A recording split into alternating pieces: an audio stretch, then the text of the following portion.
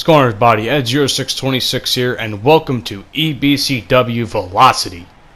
Now, as you can see, I'm not doing my usual live commentary-esque style, because today I'm actually going to give you guys what my thoughts are on WWE 2K18, and I figured the best Velocity was the best show because it is our minor show, and I don't particularly like to do commentaries on major shows because I like to have the live commentary speak for itself.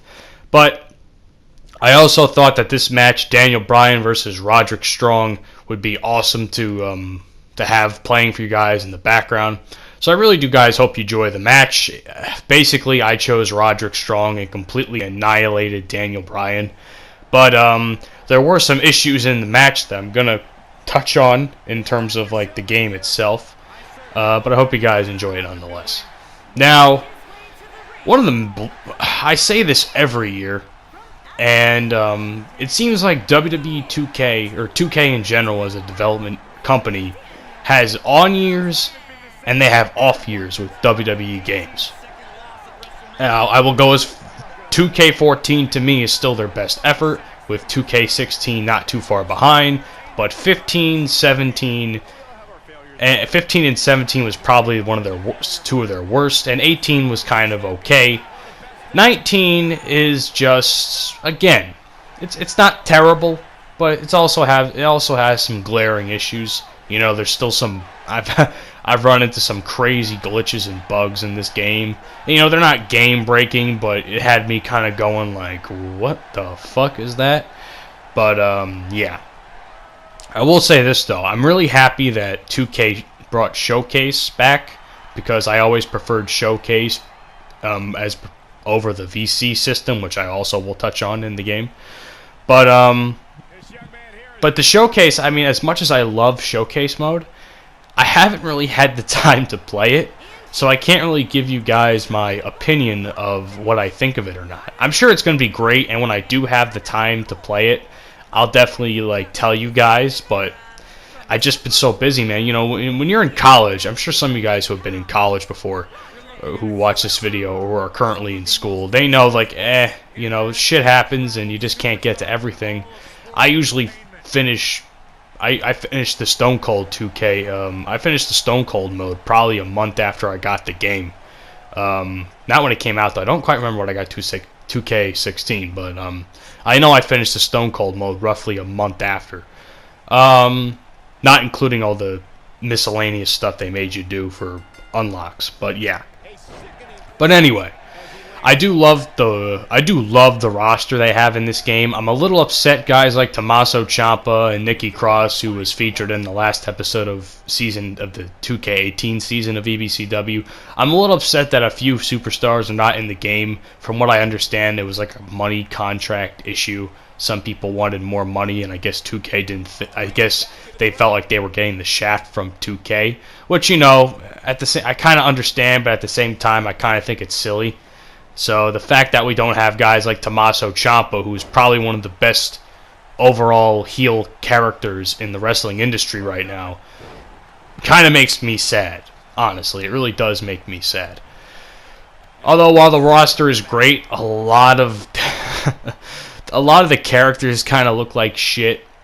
Adam Cole doesn't look great, in my opinion. I had a match on the same show with Johnny Gargano and Drew Gulak, and I mean this in the most... I don't mean this to be offensive, but for Christ's sake, Drew Gulak looked like he had fucking Down syndrome, because his character face looks like complete shit. So 2K still has issues with getting some characters correctly. There was like that whole issue with Lana, how fucking Lana was like, I don't even look like this type of thing. I think she said that herself, but yeah, so some of the characters look like garbage. You know, What Culture does a video every release year of 2K where it's like, oh, who are the worst characters this year, blah, blah, blah. And, you know, of course, some of them I agreed with, some of them I was kind of like, I don't know, but yeah. The other thing I don't like about the game, though, is the UI. If you look at the UI of WWE 2K19, it's really hard to read. The background's incredibly light, and the color icon for when something's highlighted is so hard to see that when I was creating Mad Awesome, I was literally squinting. I'm not fucking with you guys. I wish I could have like a video of me trying to like make Mad Awesome. It was terrible. The UI, has to be, aside from 2K17, which is fucking horrendous, but this has to be the worst UI of any WWE game I personally have ever played, because it's incredibly hard to read and like so fucking confusing. I don't know what the fuck was going on there, but yeah. Another thing, I mean, this is not really so much of a hate on the game, but the whole power-ups thing. I mean, I understand WWE games are practically the same every year, but I don't, like, fully understand some of these power-ups that you have. Like, Roderick Strong has, like, a fucking, if you can see there, I don't know if you guys can, but he has, like, some kind of guy flexing or some shit. And Daniel Bryan has a kip-up thing. Like, yeah, I guess that comes in handy once in a while aside from making other attributes or some shit, but I don't know, I just felt like some of them, I don't know if it's really needed, but at the same time I kind of think it helps gameplay. It's kind of hard to tell. It's like a double-edged sword. It's like kind of like, why did you add this, but I kind of understand why at the same time. I basically just it's kind of like a really fucking convoluted thing I just said, but I hope it made somewhat of sense to you guys as I hit the sick kick on Daniel Bryan. So one of the major issues I have with this game is VC, of course. I complain about this every single year, and yet for some reason my fucking calls to 2K, not that I call them, but my pleading with 2K once again goes unanswered. It's like fucking impossible to get through to these idiots. Now, granted, a lot of the stuff I think is cheaper, I think they made some of the stuff cheaper. And on top of that, I think you do earn more VC. The more if you get a 5-star match, I think the most I got a lot of the time, the most VC I got in a 5-star match was 435, which is kind of strange considering I've gotten 500 before. But for some reason, I hit like a cap. I don't know why, but for some reason, I hit a cap of how much VC I can earn. So every time I got a 5-star match, no matter how much shit I did, I never earned more than what I thought I should have. But, so that, to me, I thought that was fucked up. But that was 2K18-17. But this year, it's just as bad, you know? I feel like they should just get rid of the fucking system, dude. I'm really sick of having the I can't really complain because I bought the fucking accelerator pack, which means I already unlocked everything and everyone.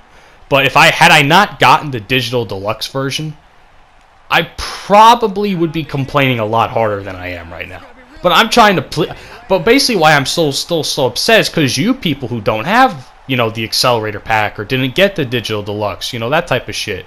You have to grind so much, play so many matches to get so little reward, and I guarantee you by the time the lifespan of the game ends, you won't even unlock all the stuff in this game.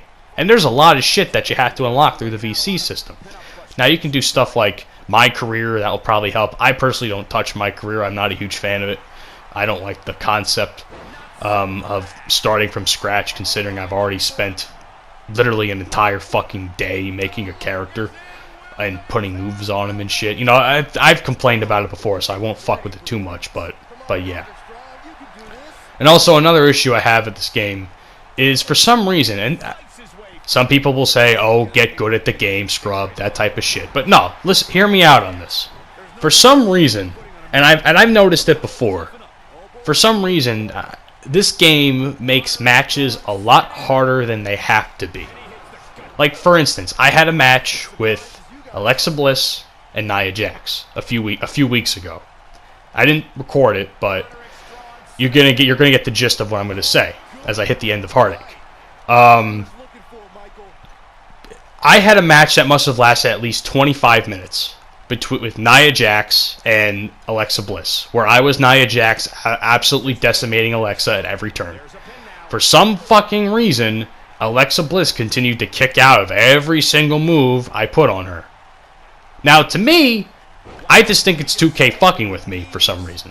I don't know why, but I feel like they made shit a lot harder than it had to be, where people who aren't really that good or are incredibly hurt are still somehow able to kick out when deep down you as the player know, and if you've been a veteran of the game franchise that is WWE, you should know that once they they will hit a certain limit eventually, and sometimes you feel that that limit should have been reached fucking 25 moves ago.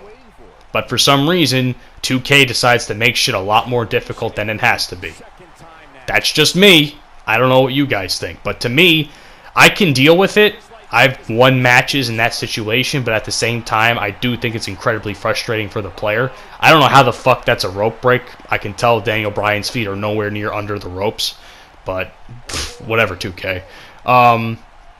Yeah, so I want your guys' opinion. Of all the shit I say, I want your opinion on that. Is it me, or does 2K seem to make matches that should be easy harder than they have to be?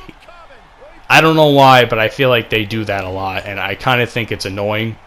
I just don't see the point. I just think it makes the player a lot more frustrated. And finally, I understand why there's so many, like look at the fucking Undisputed Era. There are 3 managers outside the ring. As a player, you're fucked. Like, if you're AI, you're pretty much fucked. But I just don't understand, like, why does every single wrestler who is associated with a group or a tag team, why does their people or the person they're associated with have to be a manager at ringside? I kind of think it's a pain in the ass. I've played plenty of manager matches from SmackDown vs. Raw 2011 all the way to now. There's no point. I kind of think it's just stupid shit that they put into the game. I don't know, man. But that's pretty much all the shit I really have to complain about in regards to 2K as I put the submission, as Roderick Strong puts a submission on Daniel Bryan for the submission.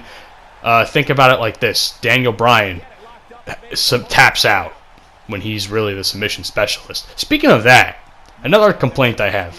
Why in the fuck are there 10 different versions of Daniel Bryan in this game? You couldn't...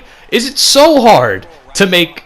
Is it really so hard to make appearances, 2K, that you have to create entirely new characters that just take up fucking space? Like, no one wants to have fucking Daniel Bryan 5 times. I love Daniel Bryan. I really do. And I love the fact that he's now WWE champion. But why? Just why? Why does he need to be in the game 5 separate times? I don't understand the logic. I really need help with this. But anyway, guys, let me know what you think down in the comment section below. Roderick Strong is your victor, and this has been my commentary on what my thoughts are about WWE 2K19. I hope you guys enjoyed this episode of EBCW, and please let me know what you think down about this game in the comment section. Follow me on all the social media bullshit, and continue to support the EBCW franchise. I'll see you guys on the next one. Have a great day.